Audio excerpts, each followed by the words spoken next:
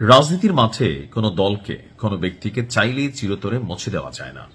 এখন এক শেখ হাসিনার কতগুলা উপাধি, কোথাও ফ্যাসিস্ট, কোথাও আবার জননেত্রী, কোথাও আবার আপা, অনেকগুলো নামে শেখ হাসিনাকে ডাকা হয়। এখন যে দীর্ঘদিন ধরে শেখ হাসিনাকে জীবিত আছেন নাকি মরে গেছেন, এটা নিয়ে অনেক আলোচনা আসছে। আসসালামু আলাইকুম, সবাই কেমন আছেন? আশা করি ভালো আছেন। আপনারা সবাই ভিডিওর শুরুতে ভিডিওর কিছু অংশ বিশেষ দেখে বুঝতে পেরেছেন ভিডিওটা কতটা গুরুত্বপূর্ণ। তাই আর বেশি কথা না বাড়িয়ে চলুন আমরা মূল আলোচনায় চলে যাচ্ছি। তার আগে সবাইকে রিকোয়েস্ট করব, যারা আমাদের চ্যানেলে নতুন আছেন প্লিজ সবাই সাবস্ক্রাইব করে সাথে থাকুন। চলুন ভিডিওটা দেখি। রাজনীতির মাঠে কোনো দলকে কোনো ব্যক্তিকে চাইলেই চিরতরে মুছে দেওয়া যায় না। এখন এক শেখ হাসিনার কতগুলা উপাধি, কোথাও ফ্যাসিস্ট, কোথাও আবার জননেত্রী, কোথাও আবার আপা, অনেকগুলো নামে শেখ হাসিনাকে ডাকা হয়। এখন যে দীর্ঘদিন ধরে শেখ হাসিনাকে জীবিত আছেন নাকি মরে গেছেন, এটা নিয়ে অনেক আলোচনা আসছে। কেউ কেউ বলছেন তার এআই ক্লোনিং ভয়েস দিয়ে আসলে এই মুহূর্তে মাঠকে চাঙা রাখা হচ্ছে। কেউ বলছেন যে না, সময় হইলে ওপার থেকে টুস করে বাংলাদেশে ঢুকে অবাক লাগিয়ে দেবে শেখের বেটি। তবে ইউনূস সরকার যতটা ভয়ে ছিল, কারণ এই সরকারটা নির্বাচিত ছিল না, বাট বর্তমানে যেহেতু বিএনপি জনগণের ভোটে প্রত্যক্ষভাবে ক্ষমতায় আসছে, সো তাদের শেকড়টা একটু শক্তিশালী। আর এই মুহূর্তে আওয়ামী লীগের রাজনৈতিক কার্যক্রম থেকে শুরু করে সবকিছু একটি স্থবির। এখন প্রসঙ্গ হচ্ছে যে ভারত এবং বাংলাদেশের সাথে যে সম্পর্কের জায়গাটা রাষ্ট্রভিত্তিক, সেখানে বর্তমান ক্ষমতাসীন সরকারের সাথে ভারত কিভাবে ডিল করছে। আর ডিলের প্রধান একটা ইস্যু হচ্ছে শেখ হাসিনা। অনেক রাজনৈতিক বিশ্লেষকরা বলে থাকেন যে বিএনপি সরকার আসলে শেখ হাসিনাকে বাংলাদেশে আনবে না, আলোচনার মাধ্যমে ভারতে নির্বাসিত করে রাখবে। আবার কোন কোন বিশ্লেষক বলছেন না, খালেদা জিয়ার সাথে যে আচরণ শেখ হাসিনা করে দিয়েছেন, যে কোনো ইস্যুতে হোক, এটা বিএনপি বা জনাব তারেক রহমান তার মায়ের জায়গা থেকে বা বিএনপির নেতাকর্মীরা রাজনীতির জায়গা থেকে এইটার একটা রিয়েকশন তারা যেমনি হোক দিবে, একদিনের জন্য হলেও শেখ হাসিনাকে জেল খাটাবে। এখন জেল খাটানোর জন্য দরকার হচ্ছে ভারতের আসলে স্ট্র্যাটেজিক অথবা নতুন সরকারের সাথে তাদের সম্পর্কের ভিত্তিটা কোন দিকে যাবে, এটা নিয়ে একটু ধোঁয়াশা রয়েছে। তো এর মধ্যে শেখ হাসিনাকে বাংলাদেশে ফিরিয়ে আনতে ডক্টর ইউনূস সরকার সামান্যতম চেষ্টা করেন একটা চিঠি দেওয়া ছাড়া। ভারত সরকার বলছিল যে ইউনূস একটা চিঠি দিচ্ছে, কারণ ইউনূস ভুলেও তার শাসনামলে শেখ হাসিনাকে বাংলাদেশে আইনা নিজের গলায় কিন্তু কাটা পরাইতে চায় নাই বা শিকল পরাইতে চায় নাই। উদ্ভূত পরিস্থিতি যে কোনো কিছু হইলে ইউনূসের খবর ছিল বা যারা ছিল সরকারে তাদের অনেকে বিপদে পড়তে হইতো।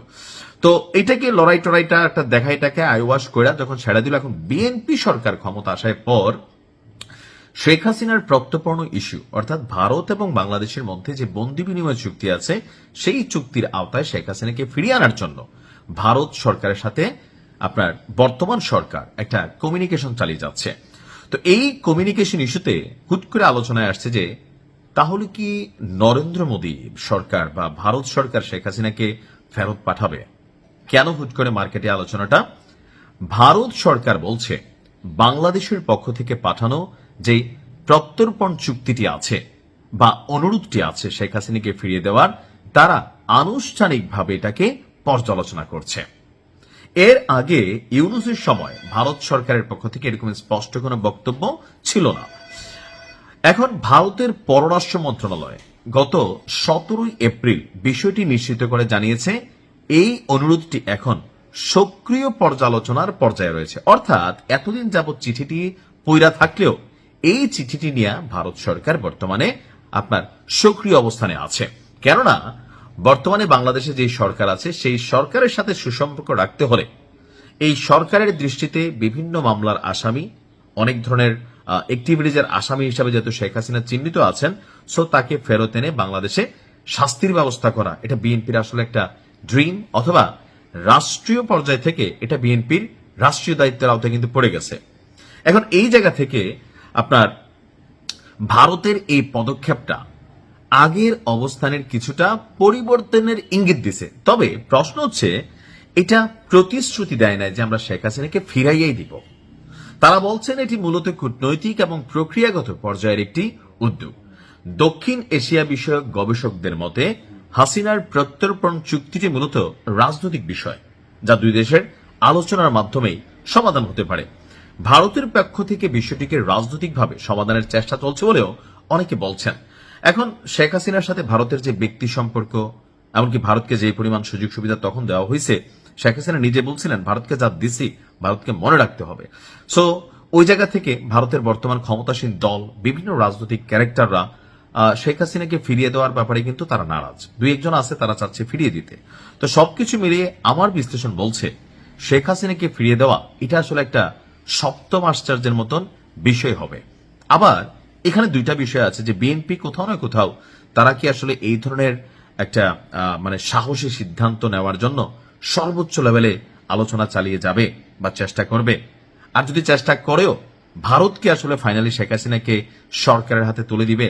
এর আগে ভারতের বেশ কয়েকজন গবেষক, বিশ্লেষক, রাজনৈতিক ব্যক্তিত্বরা বলেছেন শেখ হাসিনাকে বাংলাদেশে ফেরত দিলে তার প্রাণ নাশের একটা হুমকি আছে, সো এটা দিবে না। আবার কেউ বলছেন যে না ভাই, এটা দেওয়ার বিষয় আছে সরকারের সাথে সরকারের সম্পর্ক রাখার জন্য। তবে আমার ব্যক্তিগত মন্তব্য বা আমি যতটুকু বুঝি আর কি, ক্ষুদ্র মানুষ, যে ভারত শেখ হাসিনাকে ফেরত দিবে না। কেন দিবে না এটা যত দিন যাবে আস্তে আস্তে বুঝতে পারবেন। কারণ এটাতে ভারতের যে রাজনৈতিক চাল বা খেলা, ভারত কিন্তু এখন দেখেন ডাবল গেম খেলতেছে। একদিকে শেখ হাসিনাকে ওইখানে রাইখা আশ্রয় দিয়া আওয়ামী লীগের নেতাকর্মীদের কাছে একটা মহান রাষ্ট্রে পরিণত হয়েছে, মহান নেতৃত্বে নরেন্দ্র মোদীর জয়গান বিভিন্ন জায়গায় আওয়ামী লীগের পক্ষ থেকে দেওয়া হয়। অপরদিকে বিএনপিকেও কৌশলে একটা জায়গা আটকে রাখছে, যে ফেরত দিতে পারে, যে হ্যাঁ তোমাদের যে প্রতিশোধ আছে সেটাই নাও, অথবা বিএনপিকেও ভয় দেখানোর জন্য যে তোমরাও যদি আমাদের কথা মতো বা বিভিন্ন বিষয় থাকে না, রাষ্ট্রীয় আভ্যন্তরীণ আমরা হয়তো অনেক কিছু জানি না, তাহলে কিন্তু শেখ হাসিনাকে বাংলাদেশে পাঠাই দিয়া একটা ঘটনা কিন্তু ঘটাই দিব। আসলে ভারত যে কি মাস্টার গেম খেলতেছে আমার ধারণা আমাদের যারা রাজনৈতিক দলগুলো আছে তারা কিন্তু বুঝতেছে।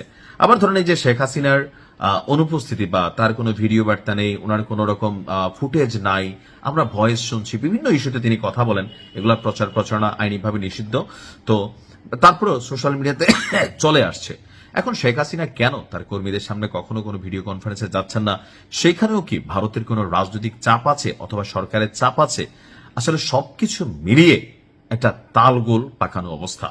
তবে হ্যাঁ, ভারত যদি কোনো কারণে শেখ হাসিনাকে বাংলাদেশে পাঠায়, তবে বিএনপি সরকার বা বিএনপির যারা নেতাকর্মীরা আছেন প্রত্যেকেই অপেক্ষার দিন গুনবে যে শেখ হাসিনাকে কিভাবে বেগম খালেদা জিয়ার মতন আসলে যেভাবে ওনাকে জেলে রাখা হয়েছে বা ওনার ইস্যুতে বিভিন্ন ধরনের অ্যাক্টিভিটিস নেওয়া হয়েছে, তৎকালীন প্রেক্ষাপটে মন্ত্রী এমপিরা বিভিন্ন ধরনের কথাবার্তা বলছেন, বা বিভিন্ন সময় যে শেখ হাসিনা বলতেন যে বেশি বাড়াবাড়ি করলে যে সুযোগটা সেটাও বন্ধ করে দিব।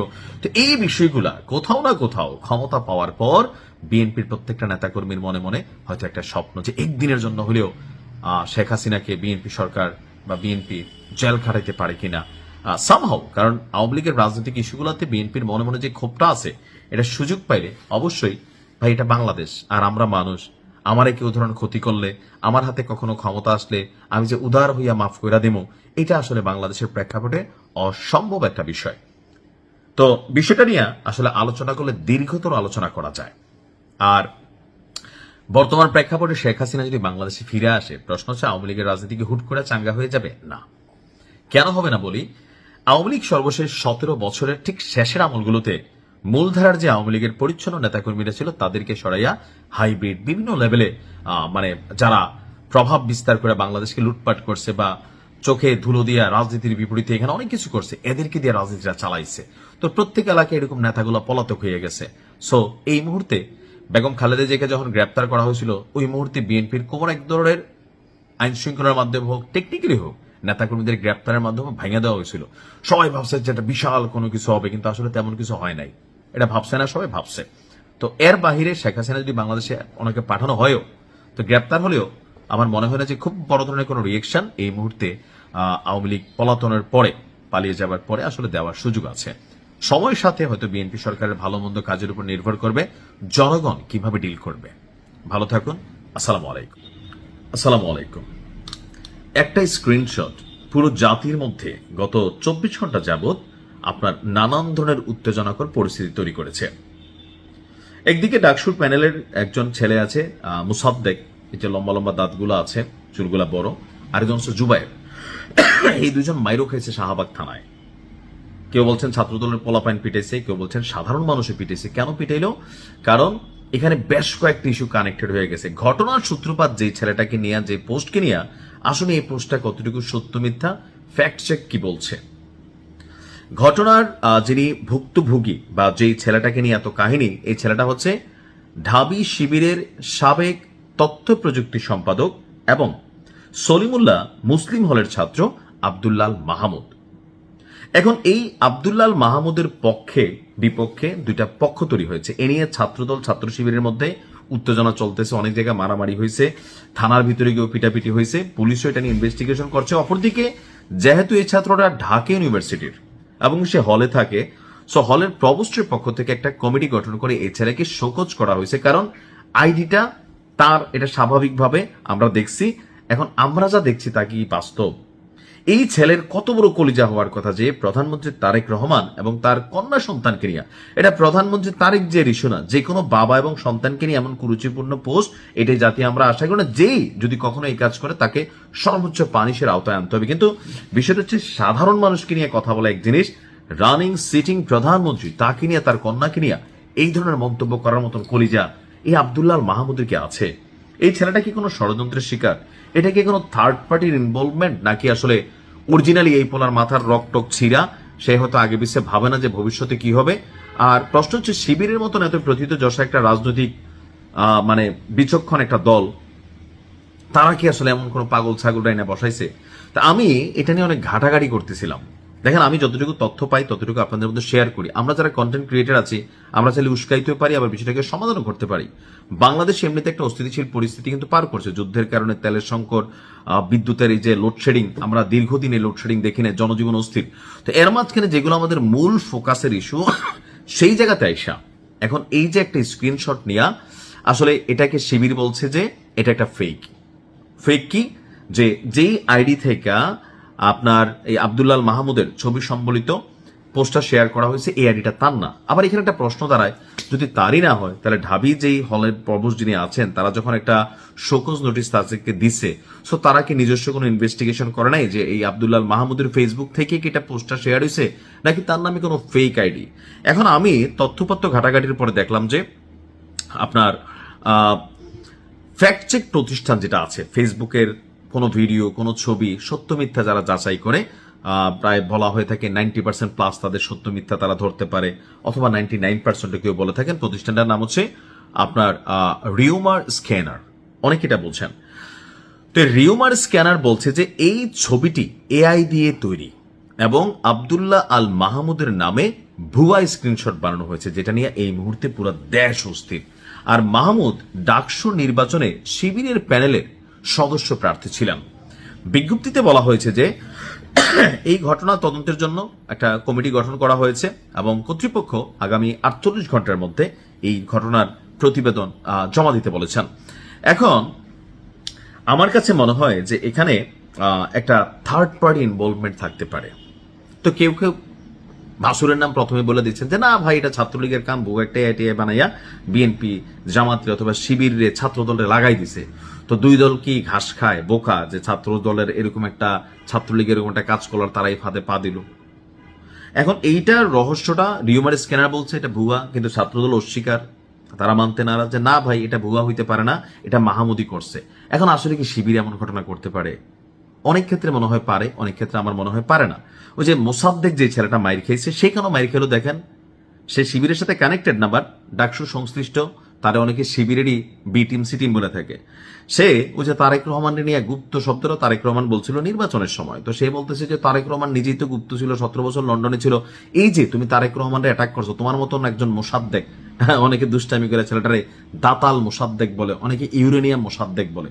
তো এই যে জনাব তারেক রহমানরে তুমি যখন মানে একটা কোথাকার কে, ডাকসুর একটা কি একটা ভিপি বা পদ হইলো আমরা ভাবতাম যে একটা লেভেলের, তো তুমি একটা বাবা একটা পোস্ট পাইছো, জনগণ তোমার পোলাপাইন ভোট দিছে, তুমি যেন তারেক রহমানের নিয়ে হিট করবা, তো ছাত্রদল ছাত্র যারা আছে যুবদল এরা কি বৈশাখ বৈশাখ পানি খাবে? রাজনৈতিক ভাবে বাংলাদেশটা হচ্ছে এমন এক দেশ যেখানে বাবার থেকে রাজনৈতিক নেতার সম্মান বেশি। ধর্মীয় দৃষ্টিতে অনেক সময় রাজনৈতিক নেতা আপনার বেশি সম্মানের হয়ে যায়। তুমি যখন একটা দলের প্রধানকে নিয়ে বা সিটিং প্রধানমন্ত্রীকে নিয়ে দাতাল মোসাদ্দেক যখন এই ধরনের কথা বলে, তো পোলাপাইন কেন হিট হইব না, মারবে না? ওদিক দিয়ে জুবাইর আবার বলতেছে ভাই ছাত্রলীগ এইভাবে মারছে না, বুঝাইতে চাইতেছে ছাত্রদল কত খারাপ। এখন হচ্ছে এটা একটা পলিটিক্যাল বক্তব্য, যে যেমনি মারে পারে এমনি কিন্তু এখন ধরেন একটা করতেছে, আর দিন শেষে আর যখন কোনো কিছু না পায় এটা চলে যায় ধরেন হে এটা আওয়ামী লীগ ছাত্রলীগের কাজ। তো এরকম ঘটনা অনেক সময় অরিজিনাল ঘটনা হয়েও আবার অনেক সময় আছে কি আসল ঘটনাটা ঢাকা পড়ে যায়। তো এখন প্রকৃত তথ্য এক আল্লাহ পাক জানে ভাই আসল যেটা ঘটনা। আর দ্বিতীয় হচ্ছে যারা রিউমার স্ক্যানার যেটা বলছে যদি এটা সঠিক হয় তাহলে কোন বাপের পলায় এই ঘটনাটা ঘটাইছে, কেন ঘটেছে সে ভালো জানে। আর এই আব্দুল্লাহ মাহমুদ জানে যে আসলে সেটা দিছে কিনা। তবে আমার মনে হয় ফেসবুকে তার আইডি যেহেতু আছে এটাকে যে কোনো ভাবে যাচাই করার সুযোগ, কোনো পোস্ট ডিলিট করলেও ফেসবুকের মাধ্যমে যারা বিশেষজ্ঞ আছেন তারা কিন্তু ধরতে পারেন যে সে তার আইডি থেকে কটা পোস্ট ডিলিট করছে বা তার সাথে কানেক্টেড এমন কেউ যে হ্যাঁ দিছে, এটা স্ক্রিনশট তো অবশ্যই তৈরি হয়ে গেছে যে এখন তার আইডি থেকে আসছে জনাব তারেক রহমানকে তার মেয়েকে নিয়ে যেই নোংরা কথা বলা হয়েছে। তা আমার মনে হয় এই মুহূর্তে ছাত্রদল ছাত্র শিবির দুই দলেরই আপনার উচিত শান্ত হওয়া একটা সুষ্ঠু ইনভেস্টিগেশন রিপোর্টের জন্য। যদি এই আব্দুল্লাহ মাহমুদ সে দোষী সাব্যস্ত হয়, এখন প্রধানমন্ত্রী তারেক রহমানকে নিয়ে বলছেন দেখা যে বিষয়টা শাস্তি হওয়া দরকার তা না, যে কোনো জায়গায় একজন কন্যা এবং পিতার মধ্যে যে বক্তব্যটা আসছে এটা নিয়ে শেয়ারিং এর ইস্যু হয় তাহলে তার দৃষ্টান্তমূলক শাস্তি হওয়া উচিত। আর যদি না হয় তো সেটা নিয়েও তাকে এক ধরনের সান্ত্বনা বাণী দেওয়া উচিত। দেখা যাক কি হয়। তবে এই মুহূর্তে দেশের সার্বিক পরিস্থিতি ভালো না। এই ধরনের ইস্যুগুলা ন্যাশনাল ইস্যুকে আড়াল করে ফেলে। দেশে এখন কথা বলার জন্য হাজারটি ইস্যু আছে ভাই, ওইগুলো নিয়ে কথা বলেন। আর ওই যে নতুন নতুন যারা মানে উদীয়মান নেতা আছেন, এনসিপির অনেকে আছে, কথা কি বলে নিজেও জানে না। মুখ একটা আছে, কেউ সংসদে গিয়ে বলে, কেউ রাস্তাঘাটেও বলে। দলের মধ্যে একটা কানেক্টিভিটি আছে সরকারের সাথে, যেহেতু পাওয়ারে আছে তো মুখ আছে বলে আর কি। এখন যার যার মুখের বক্তব্য থাকে না যে আমার খুশি বললাম, এতে অন্য মানুষের কি আসে যায়, একটা জাতি বা গোষ্ঠীর মধ্যে উস্কানিমূলক কোনো বক্তব্য আসে কিনা। তবে এই ধরনের উদীয়মান নেতা অনেকগুলা গজাইছে, মানে কি বলে জানেই না। আবার অনেক ক্ষেত্রে এদেরকে কিছু বললে দল থেকেও দেখছি সরাসরি বিএনপির অনেক নেতার বিরুদ্ধে অনেক সময় অ্যাকশন হয়ে যায়। এটাও আসলে মাঝে মাঝে বুঝি না। তবে এই মুহূর্তে দরকার পুরো বাংলাদেশের ধৈর্য, শান্তি, স্থিতিশীলতা। যদি এগুলো না থাকে মানুষ বলবে নানান ধরনের কথা। আর সোশ্যাল মিডিয়া প্ল্যাটফর্ম আমরা যারা ব্যবহার করি, আমার মনে হয় যে কোনো ইস্যুতে রিয়েকশন দেওয়ার আগে আপনার একটু যাচাই করে নেওয়া উচিত যে ঘটনাটা কতটুকু সত্য। হুট করে রিয়েকশন দিয়েন না যে এই মানুষটি এই কাজটা করতে পারি কিনা, একটু অপেক্ষা করুন, তারপরে হয়তো আইনগত হোক যেটাই হোক একটা ব্যবস্থা নেবেন। ভালো থাকুন, আসসালামু আলাইকুম।